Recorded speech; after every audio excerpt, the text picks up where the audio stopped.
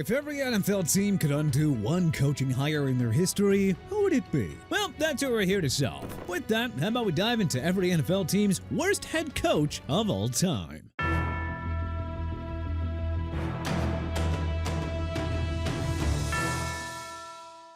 Arizona Cardinals, Phil Handler. Handler alternated between head coach, co-head coach, and assistant coach roles during his 15 years with the Chicago Cardinals from 1937 to 1951. As their head coach, or co-head coach, he went a terrible 4-34 over 5 years. Yeah, a 105 winning percentage. But the funny part was, between all of that, the Cardinals won the 1947 NFL Championship with Jimmy Consolin as head coach, and Handler serving as an assistant that year. Atlanta Falcons, Marion Campbell.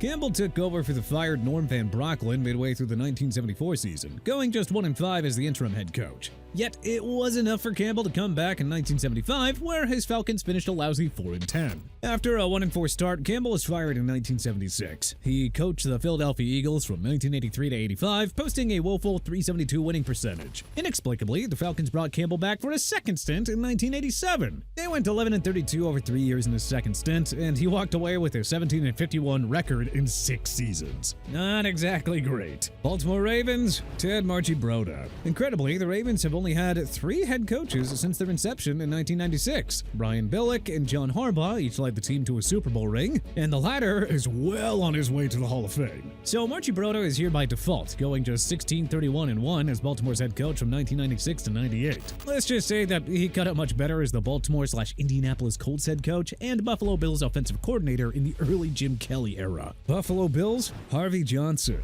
Johnson took over as the Bills' interim head coach after Joe Collier was dismissed early in the 1968 season. Johnson went 1-10-1, and owner Ralph Wilson decided to make a change and hire John Roush as the new head coach the following year. Inexplicably, Wilson brought back Johnson for the head coaching job again in 1971. Buffalo went 1-13, and Johnson was given a new job in the club's scouting department. In 2 years as the Bills' head coach, Johnson tallied a 2-23-1 record. Carolina Panthers, Matt Rule. Some might want Frank Reich on this list, but he never stood a chance with that lousy 2023 group. The real head coach hiring that set Carolina back was Matt Rule, who signed a 7-year deal worth $62 million following a successful run at Baylor. Rule didn't even make it to 3 full years, posting an 11-27 record before getting fired after a 1-4 start in 2022. Carolina never topped 5 wins in a season under Rule and finished 18th or worse in scoring offense and defense each year. Chicago Bears, Abe Gibron. Gibron was one of the NFL's best guards of his era, earning 4 Pro Bowl nods and helping the Cleveland Browns to 3 NFL championships in the 1950s. But, well, let's just say that coaching wasn't exactly his forte. After 2 years as a defensive assistant coach, Gibron was promoted to the Bears' lead gig in 1972. The franchise went 11-30-1 over his 3 seasons, with his .274 winning percentage marking the worst in franchise history. Cincinnati Bengals, Dave Shula. The son of Hall of Famer Don Shula, Dave certainly did not even come close to living up to that family name. He spent time on his father's staff in Miami before moving to the Dallas Cowboys for 2 years, working under Canton member Jimmy Johnson. Shula was hired as the Bengals head coach in 1992, but he wasn't at all cut out for the lead gig, since he went 5-11, 3-13, 3-13, and 7-9 over his first 4 years. And finally, Shula was shown the door after a 1-6 start in 1996, finishing with a lousy .268 winning percentage. Cleveland Browns, Hugh Jackson. The most impressive thing about Jackson's tenure in Cleveland is that he made it to 3 years as their head coach, despite going 1-15 in 2016 and 0-16 in 2017. But hey, Browns are gonna brown, we guess. Anyway, Jackson was finally canned after a 2-5-1 start in 2018. Further proving how unqualified Jackson was as a head coach, the Browns finished a respectable 5-3 under interim Greg Williams. Dallas Cowboys, Dave Campo. This was an easy one, and not just because Dallas has a healthy history of great head coaches. Oh no, it's because Campo is the only one of 9 Cowboys coaches to boast a losing record. Yeah, I know. Campo, who coached Dallas from 2000 to 2002, tallied a 15-33 record, which added up to a .313 win percentage. Dallas went 5-11 in each season under DC. Denver Broncos, Nathaniel Hackett. Tough call here between Hackett and McDaniels, but at least the latter made it to 2 full seasons. Hackett and Russell Wilson were supposed to make the Broncos title contenders in 2022, but the former was unqualified as a head coach and was cut loose after a 4-11 start. Taking over the same roster the following year, Sean Payton got 8 wins out of the 2023 Broncos, then got them to the playoffs in 2024 with rookie QB Bo Nix. So, in other words, Hackett was just a terrible head coach. Detroit Lions, Rod Marinelli. The Lions have had plenty of bad coaches throughout their depressing history, but Marinelli takes the cake as the worst of the worst. I mean, the 08 Lions became the first team to finish 0-16 in a season, for crying out loud. Detroit went 10-38 in Marinelli's 3 seasons. They finished bottom 3 in scoring defense each year and never finished higher than 16th in scoring offense. But hey, at least the Red Wings were pretty good during this tenure in Motor City. Green Bay Packers, Ray McLean. A legend in Chicago Bears land, McLean helped the Bears to 4 NFL championships during the 1940s. He then entered coaching and became a Packers assistant in 1951, taking over as co-head coach with Hugh DeVore following Gene Ronzani's resignation in 1953. The Packers went 0-2 following the coaching change, and McLean stayed on as an assistant. In 1958, he was named the new head coach after Lyle Blackbourn's firing. The Packers went 1-10-1 that year, prompting McLean to resign. Vince Lombardi succeeded McLean and, well, yeah, the rest is history. Houston Texans, Tom Capers. Capers has carved out a successful career as an assistant, but his tenure as the Texans head coach is surely something that he'd love to erase from his memory forever. Capers was the first head coach in franchise history after they joined the league in 2002. But in 4 seasons there, the Texans went 18-46 for a .281 winning percentage. That is worst by a country mile for a Texans coach that spent at least 2 years there. Indianapolis Colts, Rod Dowhauer.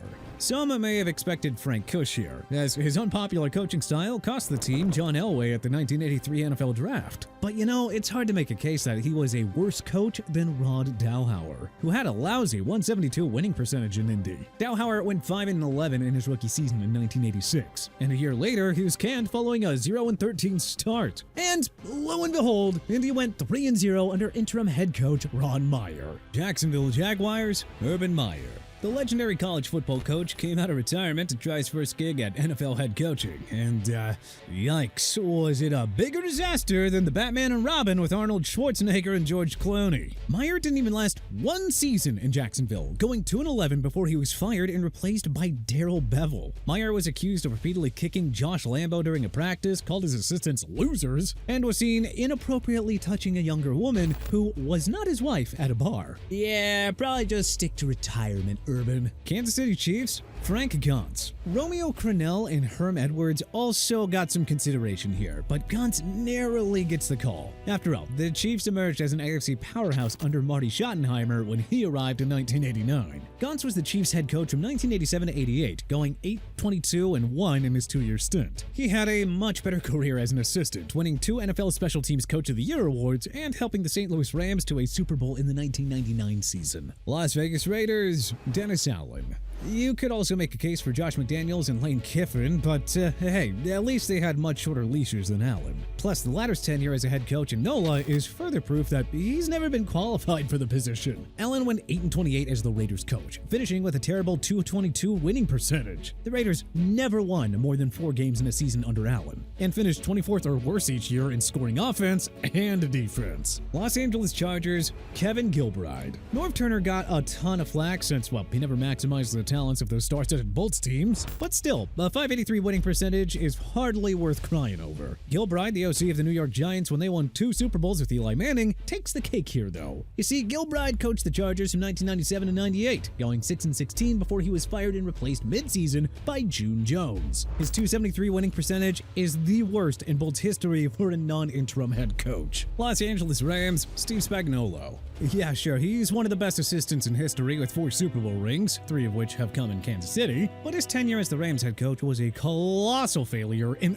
every single aspect. Spags went 10-38-0 as the Rams head coach from 2009 to 2011, including a woeful 1-15 finish in his rookie year. Miami Dolphins, Cam Cameron. After 5 seasons as the Chargers OC, Cameron was hired for the Dolphins head coaching gig in 2007, replacing Nick Saban after the legendary college coach blindsided Miami and left to coach the Alabama Crimson Tide. The Fins were a dumpster fire in Cameron's only season, finishing 1-15. They used 3 different QBs who combined for 12 touchdown passes and 16 interceptions. He was fired and replaced by Tony Sparano, who led Miami to 11 wins and a surprise AFC East Division crown in his first year there. Minnesota Vikings, Les Steckel. Steckel lasted just 1 season as Minnesota's head coach in 1984, going 3-13. They were dead last in scoring defense and had the 5th worst scoring offense, adding up to a minus 208 point differential. His 188 winning percentage is far and away the worst in franchise history. New England Patriots, Rod Rust. Like Steckel, Rust only landed 1 season as a head coach, replacing the legendary Raymond Berry in 1990.